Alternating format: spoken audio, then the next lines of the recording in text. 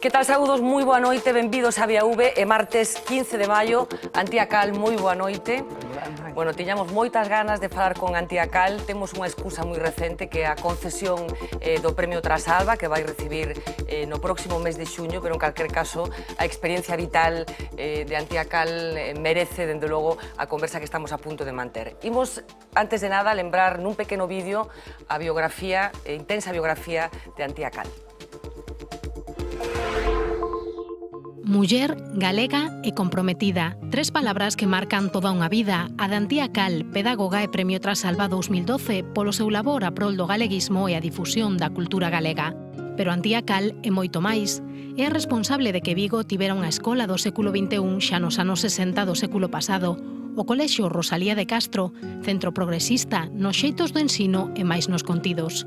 Varias xeracións de galegos aprenderon a abrir horizontes nesta escola plurilingüe que soubo transmitir saber en castelán e inglés, convivindo con total naturalidade cun galego que aínda non podía ser oficial.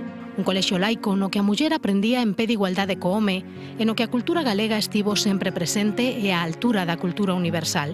Un oasis no deserto da pechada educación franquista. O impulso de todo iso foi a ilusión e o empeño de Antía, mestra vocacional, que nunha viaxe por Europa cando o seu marido, o galeguista Antón Beiras, descubriu que outra educación era posible. Unha educación da que depende todo un futuro. Os nenos que estamos a facer hoxe son os pais de mañán que van a educar aos fillos. Ou seña que é unha cadea que o que traballas mal hoxe vas a ter que sufrilo. O labor desta galega nacida na Habana queda hoxe recoñecido en premios, homenaxes e mesmo nunha rúa co seu nome, pero sobre todo nas ducias de galegos que aprenderon a pensar por sí mesmos nos pupitres da súa escola. Bueno, moi resumida a historia de Antía Cal. Empezábamos este vídeo dicindo que muller, galega e comprometida. Con que se queda desas tres cousas? Con muller galega. Con muller galega. A súa experiencia máis salientable, escoitábamolo nese vídeo, esa experiencia pedagóxica no Colexio Rosalía de Castro. Como decide montar ese colexio con eses plantexamentos tan novidosos para aquela época nun país que estaba en plena dictadura, anos 61, nunha cidade como Vigo? Como xurde o proxecto do Rosalía de Castro? Xurdeu porque os fillos non tiñan donde aprender. Claro, verdadeiramente foi unha época tan triste, tan complicada para vivir, non? Sí, verdadeiramente pensar en aquelo é tristísimo. Tuvemos que ir por Europa porque Antón precisaba de saber cousas que para o seu traballo. Eu teño que ir pola Europa e se me olvida que teño que ir 3 meses. Bueno, eu estaba a velas vir, porque eu quería traballar, pero polo meu traballo pagábanme moi pouco, entonces estudaba na casa, estaba a estudar, verdadeiramente. Agora que eu penso, non sei para que estudiaba eu, porque claro... efectivamente, fomos por Europa. Tú vas a vir. Fun encantada. Ao chegar a Xinebra, tiñamos estadías de días. Díxome, aquí vamos a estar máis tempo. Efectivamente, Xinebra íbamos a estar moito tempo. Xinebra é pequeniña, en 2 días xa estaba todo visto. Estaba todo visto. E collín, el comía no hospital e eu picaba así nas cafeterías, estando na cafetería, lendo o periódico. Eu na miña vida tuve dúas arelas. Unha foi Pestalozzi e outra foi a xeografía. Porque cando eu estudiei pedagogía, Pestalozzi tiña unha vida e unha maneira de ver a educación que quedei prendada del. Quedei prendada. E, por outra banda, o profesor do bachillerato que me engallou foi don Salvador Parca coa xeografía, ou tiña que eran as dúas miñas arelas que tiña. Vamos a empezar a ir un pouco máis atrás. Chega a Galicia con 9 anos, porque vostede naceu en Cuba, na Habana, e chega con 9 anos, nun barco. Sí. Que recorda, lembra aquela primeira imaxe que tivo da Ría de Vigo? Cristóbal Colón, que chegou á Ría de Vigo e quedou ali abollado, e eu érgome da cama, prepárome eu, mamá estaba preparando, ella subo e vexo a Ría de Vigo diante da miña casa, ali había de estar a miña casa. Bueno, aquilo foi milagreiro de todo. E despois cheguei a Coruña, estábamos no Porto, estábamos a agardar unha amiga de miña nai, doña Elena, que era tamén de Muras, que foran a Cuba e que lles fora moi ben e xa estaban retirados. Dixolle mamá: Elena, búscasme unha escola para os tres, que vayan os tres, os meus irmáns e máis eu, e unha casa rentes.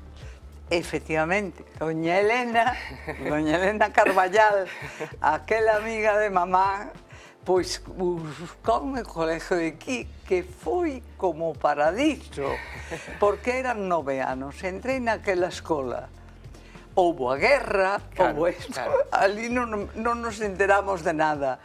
Era verdadeiramente estar no paradiso. Prepararonme moi ben. Prepararonme, sobre todo nas letras, perfectos. E nas matemáticas, tuve a don Miguel Lenz, que tamén hai que decirlo, foi fantástico. E despois xa un pouco máis mociña, xa un pouco máis maior, cando decide estudar. Sí, eu na Coruña fui nena todo o tempo, porque daquela, claro, non salías cos amigos, mamá era que... estabas moi familiar. Eu, donde me sentí muller, moza, foi en Santiago, que son fundona da rúa, non sabes?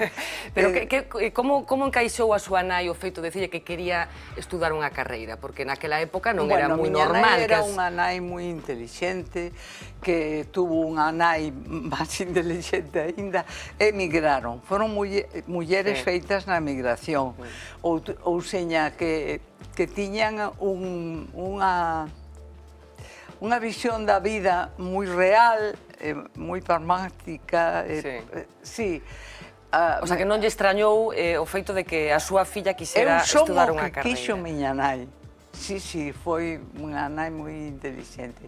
Eu recordo que cando estudiei na universidade estábamos estudiando en griego a Odisea de Ulises, decía que Ulises era o 2000 recursos. Eu inmediatamente dixen, como miña nai, porque si, era destas mulleres que tiña recurso para todo. Pero que pasaba? Que os recursos que tiña non daban cartos. Miña nai sabía coser moi ben, sabía bordar perfecto, sabía tecer, sabía resolver todos os problemas do mundo, pero non sabía ganarse unha peseta.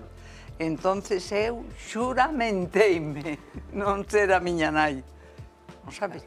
Eu non repito, sobre todo porque tuve unhas guerras polo medio, non sabes? Meu pai en Cuba, chegaban os cartos, non chegaban os cartos, non.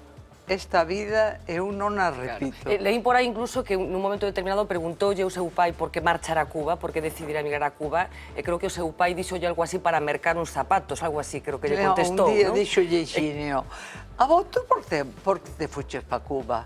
Para ter un par de zapatos." E iso incorporou uno vostede a... E dicelle o cativo: "Pero non había zapatos na xestosa, non? Había zocas no inverno. E no verán, os pés espidos." E non che picaban os tochos, non, porque xa tiñan callos os pés. E como era a universidade? Como era Galiza, como era Santiago de Compostela naqueles anos? Bueno, eu poido che decir como era o de aquí. o de que era, entrabas, todos eran amigos, non había ningún problema, todos nos queríamos. Chegaba a primavera, na porta da finca quedaba un e decía: hoxe vamos a pasear por Coruña, hoxe non vamos a clase. Non íbamos a clase, íbamos todos pola beira do mar, dando a volta á península, e, bueno, era un colexio, verdadeiramente, además prepararonme moi ben. Pero tocou na universidade nos malos momentos e aquelo non era o de aquí. E por que malos momentos? Que pasaba naquela época? Como era este país naquela época? Triste. Éramos como fantasmas polos claustros, non nos falábamos, non nos conocíamos, non nos saludábamos. Eu, por exemplo, fun detrás da geografía e non vi geografía en toda a carreira.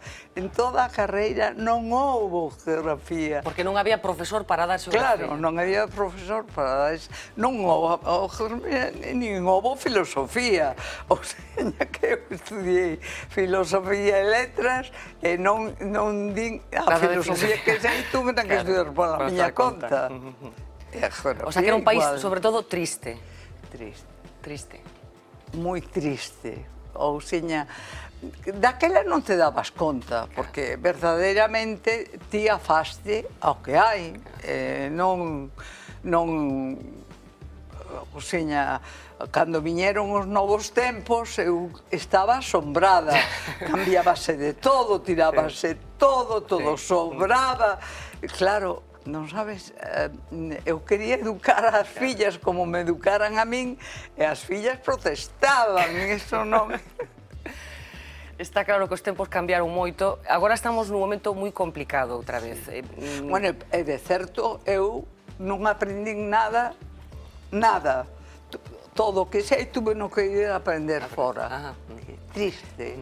E ese concepto de escola que puxo en marcha en Vigo, unha escola que hoxe mellor parece que unha cousa normal, pero que naquela época non era nada normal. Claro, eu chego a Ginebra. Por exemplo, do inglés. O sea, como decidiu que o inglés era algo importante? Que hoxe o temos todos moi claro, pero no 61 probablemente non. Vamos, pero é que a min o inglés non me preocupaba, o que me preocupaba era a pedagogía, ou seña que fomos polo mundo, en Ginebra, fala o periódico de que hai un legado de Pestalozzi que mercou o museo. Dixen, vou ver que pasa. Chego ali e, efectivamente, o profesor que estaba catalogando os papéis diceme, usted que ven facer aquí? E dixen, pois, eu estudiei pedagogía, gusto de Pestalozzi, teño 3 fillos. Que tempo ten o máis vello? Era un profesor increíble. Que tempo ten o máis vello? 5 anos. Xa lle pasou o sol pola porta. Pero como me di usted semellante cousa? Os nenos en España entran aos 6 anos na escola, como aos 7. Díceme, sí, pero había de ler usted este papel de Pestalozzi. E, bueno, empezamos a lelo. Que era demasiado tarde empezar os 5 anos. Quedei abrumada. Empezoume a decir, que, como? Pero usted, maestra, non traballa. Pero ten que traballar, que están os nenos na rúa, que non hai mestres para enseñar. Usted ten que poner... Pero si é moi fácil. Mire, usted nada máis que ten que respetar o que ten diante. Ou seña, usted ten que saber que o que ten diante hai que respetalo para que aprenda a respetar. Ou seña, e eles van a aprender dos iguales. Usted vai a ser un membro do grupo, el vai a aprender de usted, pero usted non ten nada que enseñar. Contestarlles e conseguir o consenso no grupo. É dicir, usted non vai mandar ali porque... polo feito de ser a profesora. E con esas Porque ideas... así aprenden os nenos da básica, aprendían a ser demócratas. A importancia... Pero, claro, ser demócrata naquela época en España tampouco estaba moi ben visto. Non tivo problemas. Pero tú sabes o que é decir solo palabras que xa diga aplicando aos nenos. Bueno. Claro, pero fala de ensinar aos nenos a ser demócratas, pero no seu colexio, por exemplo, as aulas tiñan nomes. Había aula Castelao, aula Alexandre Bóveda, mariñeiros, labradores, Bertrand Russell, Concepción Arenal, Marie Curie... Eso naceu pola Universidade de Santiago, que había un aula número 1 que era unha gloria, nun paramento estaba un poema de Cabanillas, e, bueno, era un sitio digno, noble, e os outros eran así. Había número 1, non había número 2, nin número 3, e aquela tiña un nome de un señor que non sei que. E dixo, isto arreglaba eu enseguida. Efectivamente, cando foi de poñer a escola, dixen yo, meu home, os nomes voullos a poñer eu. E os nenos non van a saber en que sitio están, porque hai o problema de que tú tes a un neno aquí porque non está maduro, non sabes, pero tes outro que madureceu, ou dos dentes, non dos bebés, que a uns lle salen aos 7 meses e a outros lle salen aos 11. E non tivo problemas co franquismo a hora de poñer na práctica? Tivo moitos problemas? Vamos a ver, o franquismo non me respetou nada, e non me botou abaixo porque non puido, pero, ou seña, eu tuve a grandísima sorte, penso que desde logo pois hai un santo que me cuida, que o primeiro inspector que veu pola porta era un guapo mozo que chega na rúa de Pizarro e díceme, son o inspector, veño. Ai, pois non poido recibilo, porque chamaron da obra que estamos a facer na Gran Vía e teño que ir ali por unha medida, pero vanlle a facer a visita as miñas compañeiras. E dixo, a usted parecelle mal que vaya con usted á obra? No, ao contrario, é por problema dunha medida e ao mellor pode usted tamén dar a súa opinión.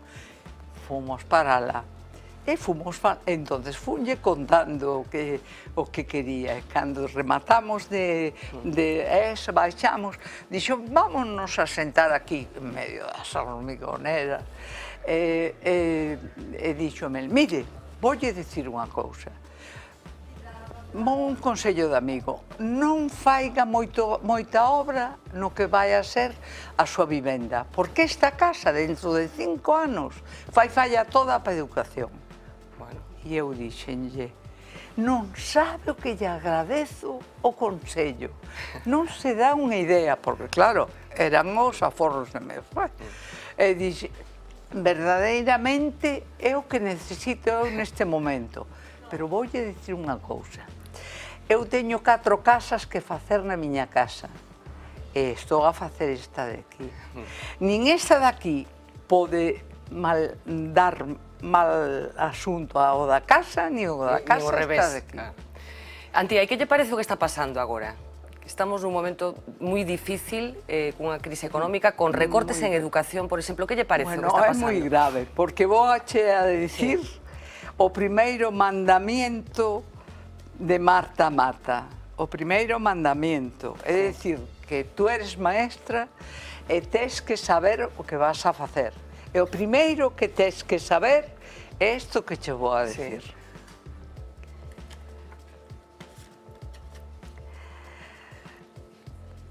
Una educación de calidad no es aquella que va a llevar a todos a un mismo nivel, sino aquella que atiende a todos y a cada uno según sus cualidades.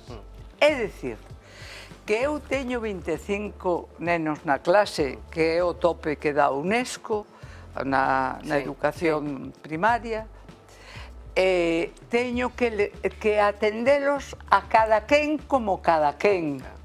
Non son todos iguales. E non lle podo exixir a este o que lle exixo a este outro. Nin lle podo decir de mal modo a este o mismo que lle digo ao outro.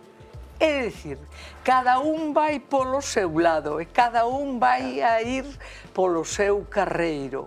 E iso nace na primaria. No primeiro que faz na esa. É emocionante, é de Marta Mata. É emocionante, sí.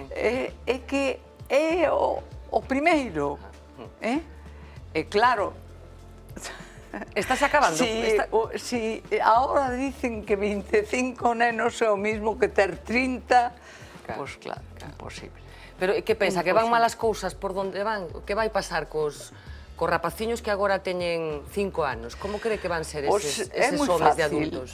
Unhos, como se dice ahora, realízanse e outros quedan, van pola vida, pois a trancas e barrancas. E iso non é o malo. O malo é que che toque un pai deses. É dicir, que ese pai vai a ter fillos. Porque nos nenos conoces os pais. Ou seña, ten razón Pestalozzi cando dice no, todo o mundo a educación pública, porque un neno que ten unha nai estudiada non é igual que o neno que ten unha nai analfabeta. Indudablemente. Indudablemente. Pero é un pouco de determinismo tamén, non? Claro, pero non o podes evitar. Claro, non podes evitar. É así, porque os nenos non nacen querendo saber, pero hai que estimularlos. E que lle enseñaron a vostede os nenos? Que aprendeu vostede dos nenos? Bueno, eu verdadeiramente aprendín de Ginebra e de Rosa Sensá. Eu doume conta que iba pola vida co que sabía, iba equivocada. Cando cheguei a Ginebra e me falaron dos nenos, deime conta de que hai que estimulalos, hai que deixalos pensar, teñen que ser, ou seña, non eres ti a que dispós, teñen que dispoñer eles, e ao dispoñer eles teñen erros, porque claro, da casualidade que aprendemos en un sistema binario, ensayo-error, ensayo-error, ou seña que os nenos están a correxirse na clase constantemente. Entonces telos que deixar equivocar, e iso non é ningunha cousa difícil, é unha cousa que dá gloria ver como eles chegan a pensar. O seña, tú faz unhas propostas, por exemplo, nunha clase de xeografía, non? Faz unhas propostas porque estamos tratando de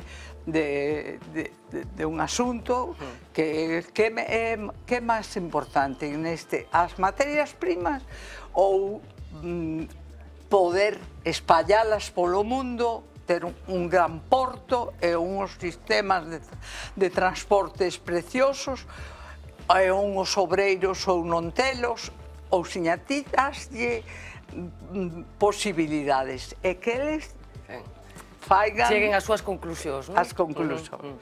E entonces empezan a pensar, e parecelles que ti escoítalos, non? As razóns que dan, que claro, se non hai materias primas, non, para que se quer o porto?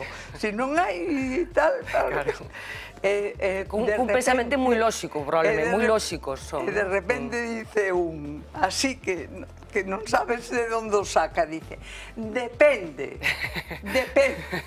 Empeza a decir, porque claro, sempre hai unhos unhos valores, non sabes? E tens que puñelos no seu orde. Bueno, como vemos, Antía Cal, sobre todo, moitas outras cousas, pero unha muller moi entusiasta, lendose cousas de Antía Cal. Moita xente resalta, destaca o entusiasmo de Antía. É enseñar, pero é precioso enseñar se antes te enseñan a ti a enseñar. Eu supoño que eu sempre o digo, porque eu non son mestra, non son pedagoga, pero supoño que ensinar a unha persoa a ler, por exemplo, é unha especie de milagre que hai que valorar moitísimo, porque abrir a porta do coñecemento do mundo a un ser humano, non? Supoño que é unha experiencia que hai que valorar como a importancia que ten, porque dos exercicios máis importantes que... Sobre todo, velos medrar, non sabes? Porque claro, o grupo é moi disperso e de repente non sabes, ten esa idea, está enseñándoles. Claro.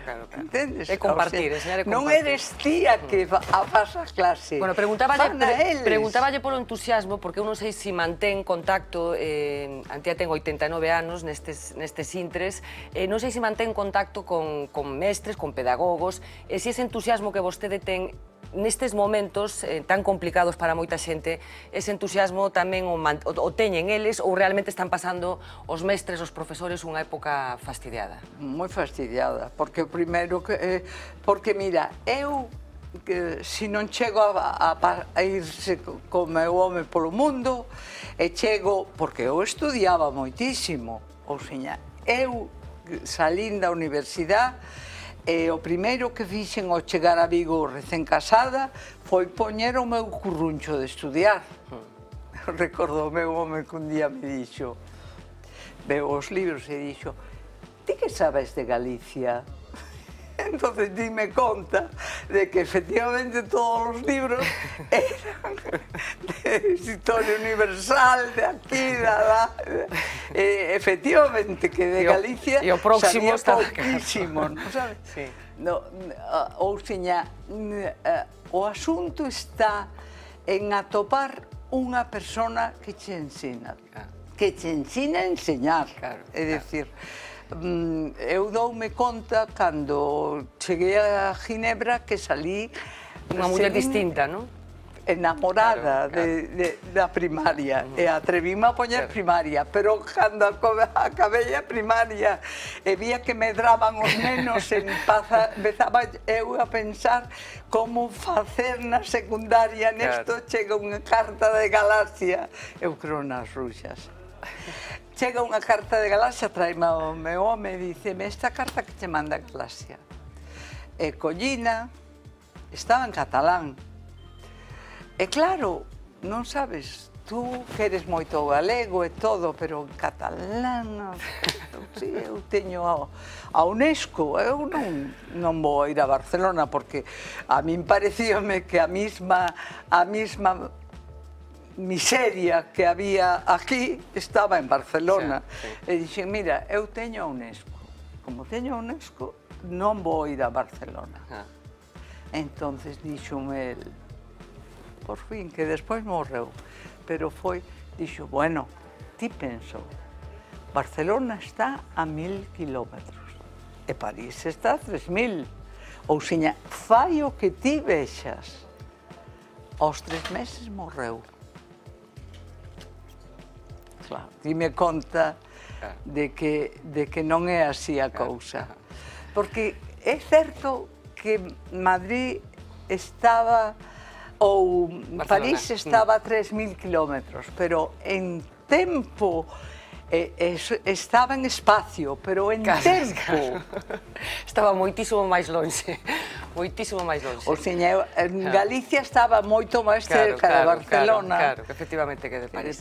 Antía Cal, un auténtico placer compartir estes minutos con vostede, de verdad que é un luxo ter a oportunidade de conversar con vostede, de escoitar o que pensa da pedagogía, o que pensa do que está acontecendo. Si eu si poido axudar en algo para ver a maneira de que unha xeneración non se perda, porque unha xeneración perdida é despois moito máis.